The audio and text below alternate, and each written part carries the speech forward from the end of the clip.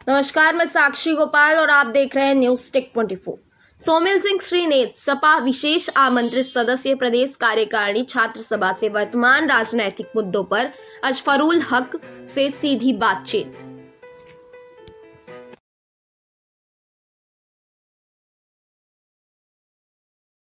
आदाब, मैं हूं अजफरुल हक और आप देख रहे हैं न्यूज टेक 24। आज हमारे साथ मौजूद हैं सोमिल सिंह श्रीनेत जी, जो कि सपा के एक उभरता हुआ चेहरा है और प्रदेश कार्यकारिणी में एक इनके पास अच्छा पद है। तो आइए हम इनके जीवन के बारे में जानते हैं, कैसे इन्होंने राजनीति में कदम रखा और किन मुद्दों को लेकर इन्होंने राजनीति में कदम रखा। बहुत बहुत धन्यवाद आपका सुनील जी, आपने मुझे अपने इस चैनल के माध्यम से बात रखने का मौका दिया। मैं शुरुआत में छात्र जीवन मेरा यहीं से पढ़ा लिखा हूँ, सेंट जेवियर स्कूल से। शुरुआत में मेरे परिवार में हमारे बाबा जी हैं, विधायक हैं।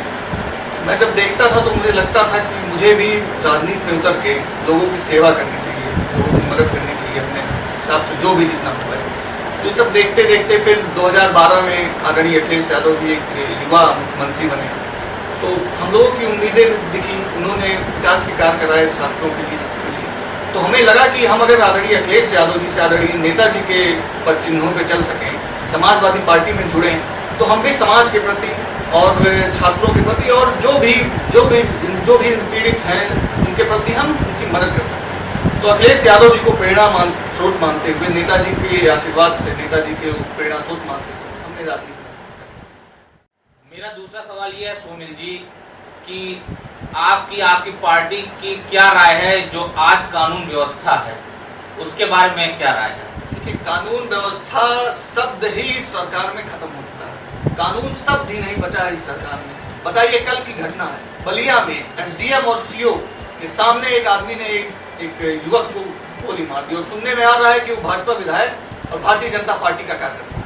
बताइए कि क्या चल रहा है हमारे प्रदेश में कि एसडीएम जो एक तहसील का सबसे बड़ा अधिकारी होता है, माननीय सम्मानित पद है, एसडीएम पीसीएस रैंक का पद है, और सीओ जो कल को चल के एसपी बने, उसके सामने एक आदमी की हत्या हो जाती है। हाथरस कांड आप जान ही रहे हो, हाथरस में कैसे दलित लड़की के साथ रेप हो जाता है। और आज की घटना है बाराबंकी में, एक दलित युवती जो खेत में मजदूरी करने गई थी, उसके साथ रेप जैसी घटना हुई है। और डॉक्टर ने कहा कि मैं इतने दिनों से पोस्टमार्टम कर रहा हूँ। उस पोस्टमार्टम करने वाले डॉक्टर ने कहा मैं इतने दिनों से पोस्टमार्टम कर रहा हूँ, इतनी दरिंदगी से आज तक किसी का रेप नहीं हुआ, किसी की हत्या नहीं। बताइए, क्या ये इस प्रदेश में क्या ये कानून व्यवस्था चला रहे हैं? कहीं पे डीएम और एसपी के ऊपर आ रहा है कि वो लोगों से फिरौती मांग रहे हैं, लोगों से अगर फिरौती नहीं दे रहे तो उनकी हत्या करा दे रहे हैं। पुष्पेंद्र यादव जैसा कांड आपने सुना ही था, झांसी में जो हुआ था कि पुलिस के उच्च अधिकारी ही मिलकर उनकी हत्या करा दे रहे हैं। कानून व्यवस्था आज के नाम पे एकदम ध्वस्त है। बाबा जी को कुछ समझ में नहीं आ रहा है कि किस तरह से कानून चलाना है, क्योंकि जब गुंडों की सरकार होती है तो गुंडा राज चला। तो आपको ये लगता है कि योगी जी कानून व्यवस्था नहीं सही कर पा रहे हैं? योगी जी कभी कानून व्यवस्था नहीं सही कर पाएंगे, क्योंकि उन्हें कुछ समझ ही नहीं है। उन्हें समझ में ही नहीं आता है कि कानून चलाना कैसे है। उन्हें पता ही नहीं, अगर कहीं हत्या होती है, कहीं कोई मामला होता है तो अधिकारियों का तबादला कर देते हैं। वो कभी भी सरकार को दोषी नहीं मानते हैं, वो अधिकारियों को दोषी मानते हैं। कहीं ना कहीं अधिकारी दोषी होते भी हैं, तो कहीं ना कहीं अधिकारियों के ऊपर दोष मर भी। तो आपका ये मानना है कि जो आज कानून व्यवस्था है वो पूरी तरह से यहाँ के मुख्यमंत्री के उसमें नहीं है, नियम में नहीं। जो मुख्यमंत्री जी हैं वो बहुत समझदार मुख्यमंत्री हैं, बहुत पढ़े लिखा तो नहीं कह सकता कि पढ़े लिखे हैं, लेकिन बहुत समझदार हैं, बहुत ज्ञानी हैं, उनको हर चीज़ का ज्ञान है। लेकिन कहीं ना कहीं वो अपने ज्ञान का सही इस्तेमाल नहीं कर पा रहे। उनको इस्तेमाल करना चाहिए कानून व्यवस्था ठीक करने में, अधिकारियों को सही जगह से सही निर्देश देने में, लेकिन उनकी कहीं पे भी अधिकारियों के बीच में कोई पकड़ नहीं है। अधिकारियों का देखिए, पहली चीज़ तो मैं बताऊं कि उनके कार्यकर्ता ही कानून व्यवस्था खराब करने पे लगे। कई जगहों पे ऐसा मामला आया कि भारतीय जनता पार्टी के लोग ही कार्यकर्ता ही कानून व्यवस्था खराब करने में लगे हुए हैं। कहीं दरोगा पुलिस जो है वो लोगों के ऊपर लाठी चलाती, लोगों को मारती कानून व्यवस्था ठीक करने के लिए, तो कहीं भारतीय जनता पार्टी के कार्यकर्ता लोग मिलकर पुलिस को मारते हैं। एक युवती को, दलित लड़की को दरिंदगी से उसके साथ रेप किया जाता है, और उसके बाद उसके जो आरोपी होते हैं उनको पकड़ने में पुलिस 14 दिन का समय लगा देती है। 14 दिन में ये तय नहीं हो पाता है किसने रेप किया। बताइए, क्या कानून व्यवस्था है? क्या आपकी सरकार चल रही है? अगर इस तरह से सरकार चलानी है तो आप कुर्सी छोड़ दो, क्योंकि लोहिया जी ने कहा है कि कुर्सी खाली करो, जनता आती है। तो आपको ये लगता है कि ये जो मौजूदा सरकार है वो पूरी तरह तानाशाही के रूप? जी बिल्कुल, ये एकदम तानाशाह सरकार है। जनरल डायर के नक्शे कदम पे ये चलते हुए हमारे उत्तर प्रदेश और देश को बर्बाद और खत्म करने की कगार पे ले आए हैं। आज बताइए ये सरकार क्या है, बेरोजगारी किस तरह है। जिस तरह अंग्रेज हम लोगों को बधुआ मजदूर बना के काम कराते थे, उसी तरह ये भी बधुआ मजदूर बना के काम कराना चाह रहे हैं। बताइए बाबा जी ने क्या किया कि 5 साल संविदा पे काम करोगे और 5 साल के बाद अगर तुम लायक होगे तो तुमको निकालोगे। बताओ ये कैसी, बताओ आप भैया कैसी सरकार है ये कि 5 साल आपको दौड़ाएगी, घिसेगी, पिटेगी, उसके बाद आपको अगर आप समझ में अगर उनके आओगे, उनकी चीजों को पूरा करोगे तो आपको रख लेंगे, नहीं तो कहेंगे कि आप जाओ, आप किसी के लायक नहीं। ये जो निजीकरण का एक ट्रेंड बन गया है कि हर चीज को निजीकरण कर दिया जा रहा है, हर चीज का, जैसे बिजली विभाग का भी कई दिन तक आंदोलन चला, बिजली विभाग वालों का, मतलब पूरे प्रदेश में हर जिलों में चला, कई दिनों तक उन लोग ने आंदोलन किया, कैंडल मार्च निकला। तो आपको क्या लगता है कि ये क्यों ऐसा हो रहा है?